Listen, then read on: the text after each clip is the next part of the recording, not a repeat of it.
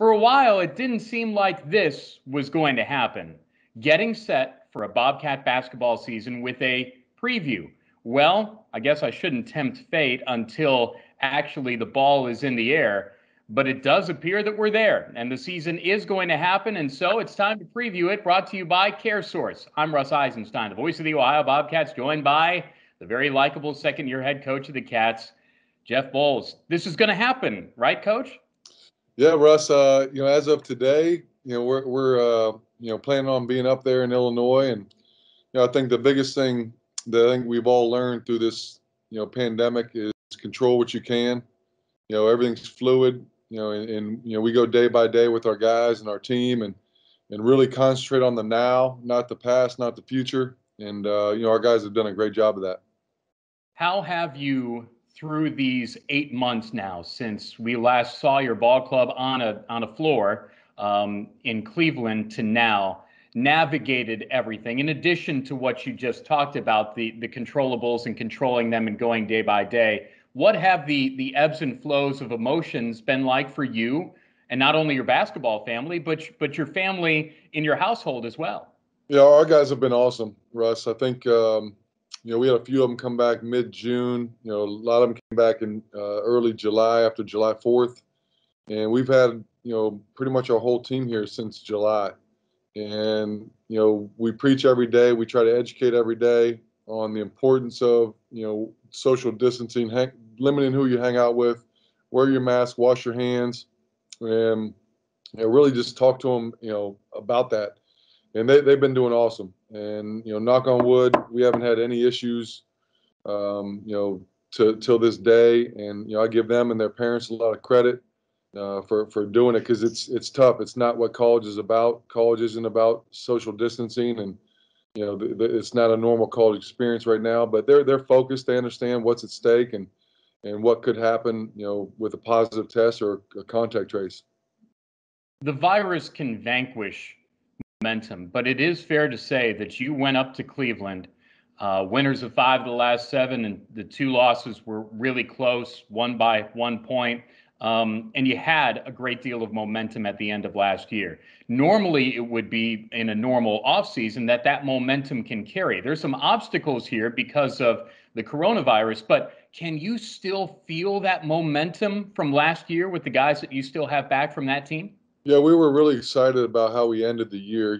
Our goal from day one was to get better as a team every day, to get closer as a team, and I thought we did that. And we were playing our best basketball, and it's kind of ironic. Last Friday was Friday the 13th, and the last Friday, the 13th before that, was the day that everyone just kind of went their own way.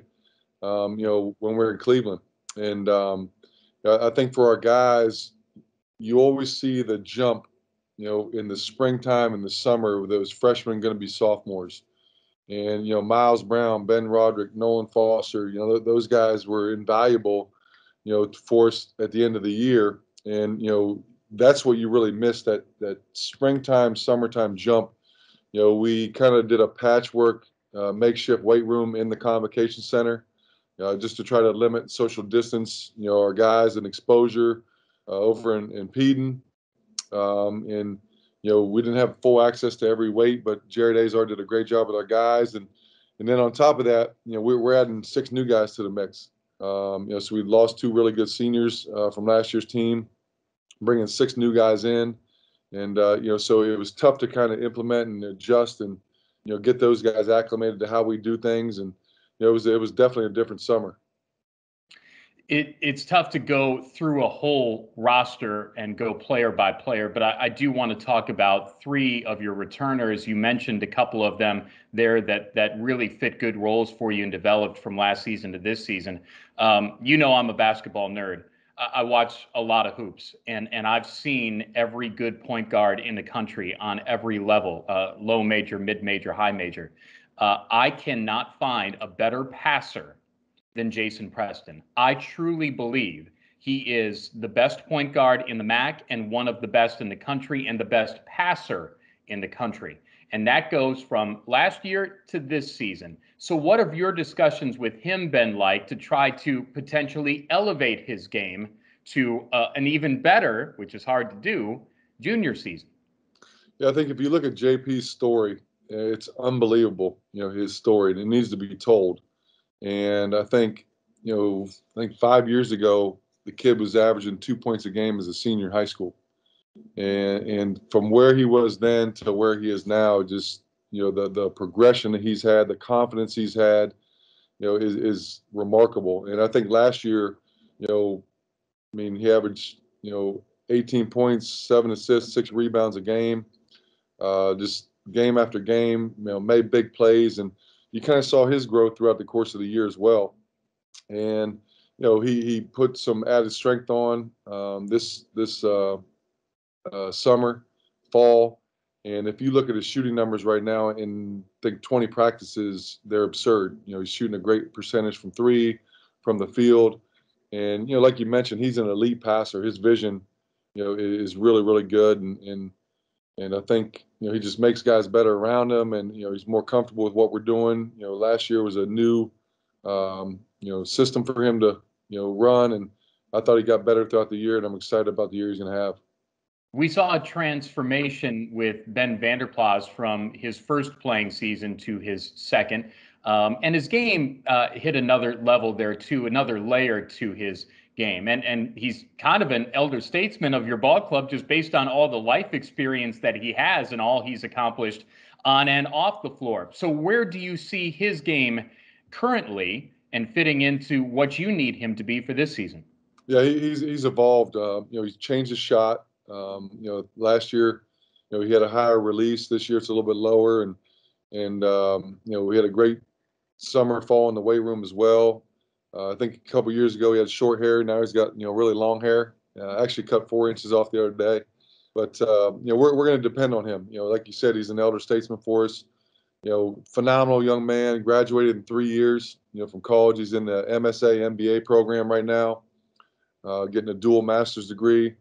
Graduated with a 3.99 GPA. So he just a great person all around. Great student.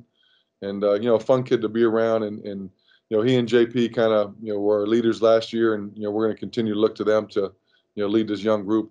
Yeah, BVP doesn't even really need this basketball thing. I think he's doing fine, even if he wanted to go another route, but he chose basketball in addition to everything, and that's great. London McDay, a freshman team member in the MAC last year.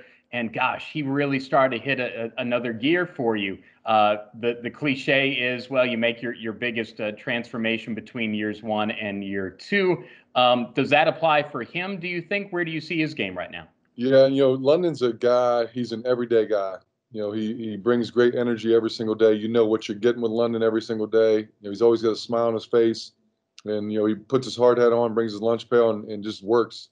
And it's almost like Linus in his blanket. Like he's a comfort zone for you because you know what he's going to bring to the table. And he's a tough kid. He's athletic, great defender, and he's a young man that we're trying to get to be more aggressive offensively.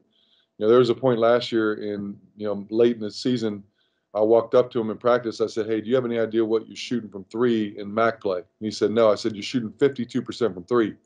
Please shoot the ball." And he had no idea he was shooting 50+%.